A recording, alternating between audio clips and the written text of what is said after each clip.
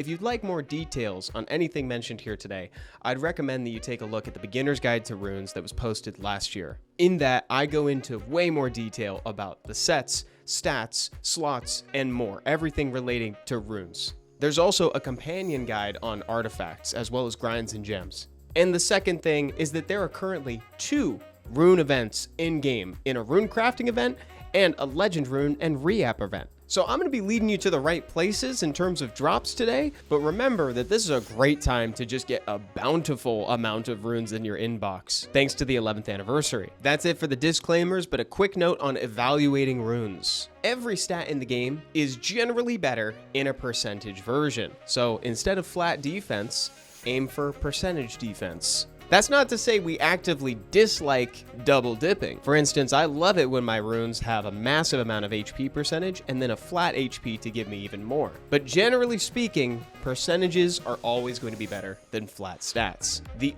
only stat in the game that does not appear as a percentage on a single rune is speed, and it is arguably the most important stat in the game. Something else to keep in mind is that runes are often given a tag to delineate what innate stat they have. For instance, quick runes have speed as their innate stat. However, like we said in the Beginner's Guide to Runes, you cannot level up an innate stat. It is that way forever. So when you see a rune is labeled as a quick rune, ironically, it's going to end up being one of the slowest runes on your account because they are what they are out of the box. That's a real quick note on evaluating runes, but if you guys have any tips for how you like to evaluate them, leave it in a comment down below. And without further ado, let's get into the top 10 rune sets in Summoner's War and where to find them. Number 10, it's Fatal, which increases the equipped monster's attack by 35%, and you can find it in the Giant's Keep. Fatal is especially good early, because in the milestones within someone's Summoner's War journey, you usually stop at Giants first. So you're going to have most access to Fatal runes. And you're going to rune pretty much every damage dealer in the early game on Fatal until you get to Rage. But hey, I'm skipping ahead. If you need a good Giants team, check out the complete Kairos Dungeon Guide and also the Teshar Speed Team Guide that just recently released on the channel. Number 9. Vampire. The equipped monster gains a life drain for 35% of the damage it deals. This is found in both Necropolis as well as the Cliff of Tough Beastmen. Vampire is really good on monsters that you want to bruise through damage and potentially solo a game for you. Within PvE environments, this is largely kept to Garo the Fire Ninja, who's going to solo the Acroma floor for you. He's the let me solo her guy from Elden Ring.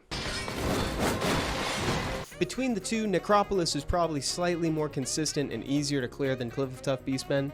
If you follow the guides on the channel, having a good Necro team will make sure that you probably have an abundance of Vampire runes by the end of it, though if you'd like to branch out into the Cliff of Tough Beastmen, it's actually a pretty easy dungeon to farm.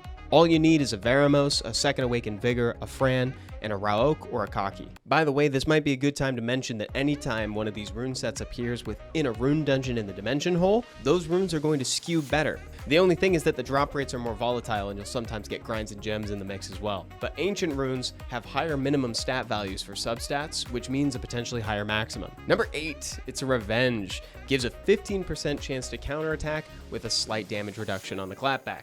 This is found in both Dragons and the Castle of Forgotten Heroes in Sacrion. For this one, I'm going to recommend that you skew into Dragons. Dragons is a very important dungeon in the game.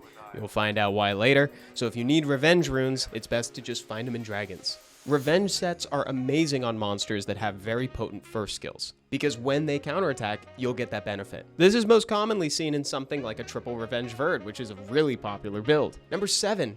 Fight runes. Fight runes are what we call a hug set. These give a small benefit to every monster on your team, and in this case, it's attack. Boosts it by 8% per set, and it does stack. This is found in both Spiritual Realm and Sacrion. But man, the Castle of Forgotten Heroes is probably the toughest dungeon in the game. It might be the hardest dungeon in the game. So I would say stick with Spiritual Realm. It's actually pretty easy to build a reliable Spiritual Realm team. The name of the game here is crit rate. So you're going to load your team with fire monsters so you get a 15% attribute bonus, and you bring Lauren for defense break. So you'll end up doing something that looks like Verd, Second Awakened Raok, Seek the Fire Hellhound, Lauren, and Aster, Lapis's spicy sister. And when this thing works, man, does it work. You can get like 40-something second clear times. So hang out in the spiritual realm if you need fight runes. What's great about fight runes too is that quantity is better than quality if you're runing for PvE. For monsters like Prilea, Konamiya, or Tion, you really just want them to hold fight runes. Or maybe they have one stat value that you need to hit, like speed on those monsters. So you can just get a bunch of bulk fight runes and throw them on your monsters. Number 6.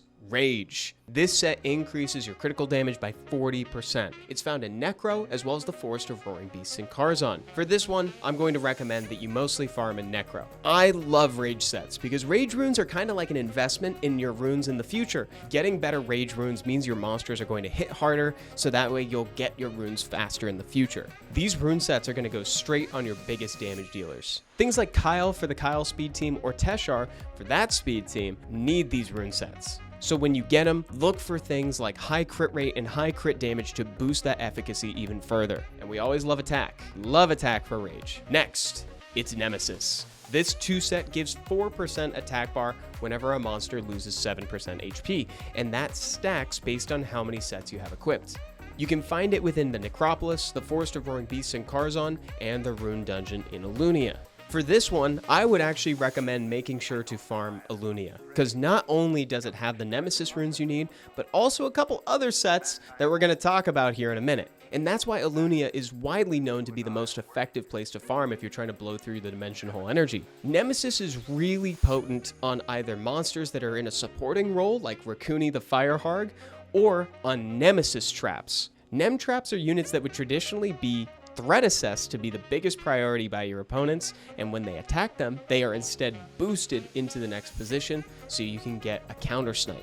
A really good example of this would be Federica the Fire Gladiatrix, who has a death preventing passive. Now we're getting into the heavy hitters here, because the next set is Will. This grants 1 turn of immunity at the start of combat. On paper, that doesn't sound like much, but in the top 11 beneficial effects in the game, immunity was number 1, and for very good reason. Having 1 turn of immunity at the start of an RTA match means that your opponents are going to have to jump through at least 1 hoop of removing that immunity before they can do anything to your monsters. Turns out that's incredibly valuable. You can find Will runes in Necro, the Rune Dungeon in Alunia, or the Cliff of Tough Beastmen in Lumel. If you have dimensional energy to spend, I'd recommend using it in Alunia, and once that's out, you can go to Necro after that. Next, it's Swift, which increases the speed of the equipped monster by 25%. Just like we were talking about at the start of the video, this is the only time speed appears in a percentage, and it's not in a single rune. It takes 4. Giants is honestly still the best place to get these outside of crafting events. The Ruin of Silent Death, which is the rune dungeon in Calderon, has ancient Swift runes,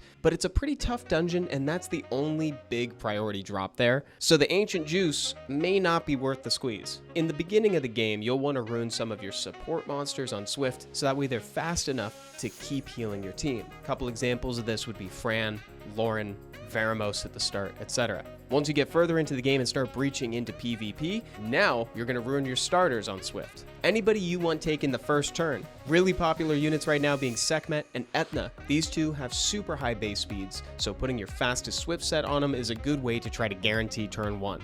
Or at least fight for it. Despair is the next set, which gives a 25% chance to stun. The chance is halved on a glance. You can find this one in Giants, the Sanctuary of Dreaming Fairies in Alunia, or the Castle of Forgotten Heroes in Sacrion. But we know how we feel about the Rune Dungeon in Sacrion. I've said it twice, I'll say it a third time. Alunia rocks. It has Nemesis runes, Despair, and Will. That's a hot spot for some of the best rune sets that Summoner's War has to offer. And that's why we have a couple different guides to Alunia on the channel. You'll find Despair to be the most potent on monsters that have some sort of AoE effect on their skills. Look at Juno the Fire Oracle. She is most commonly runed on Despair Revenge. So you have a chance to stun the entire enemy team with her skill 2, and whenever she counterattacks through Revenge, you'll have a chance to stun them. And of course, we all hated Despair Oliver. So either AoE or turn cycling is where you're going to get the most effect out of this. It's probably one of the most frustrating rune sets to be up against in the game because stuns have a huge effect on how a match plays out. Next, it's the big one. It's Violent. Famously gives you a 22% chance to take an additional turn, and that chance reduces by 45% for each consecutive proc. You also can't proc more than once in a row in RTA. Best ways to get Violent runes would be the Dragon's Lair, crafting, events, and the Summoner's Way questline.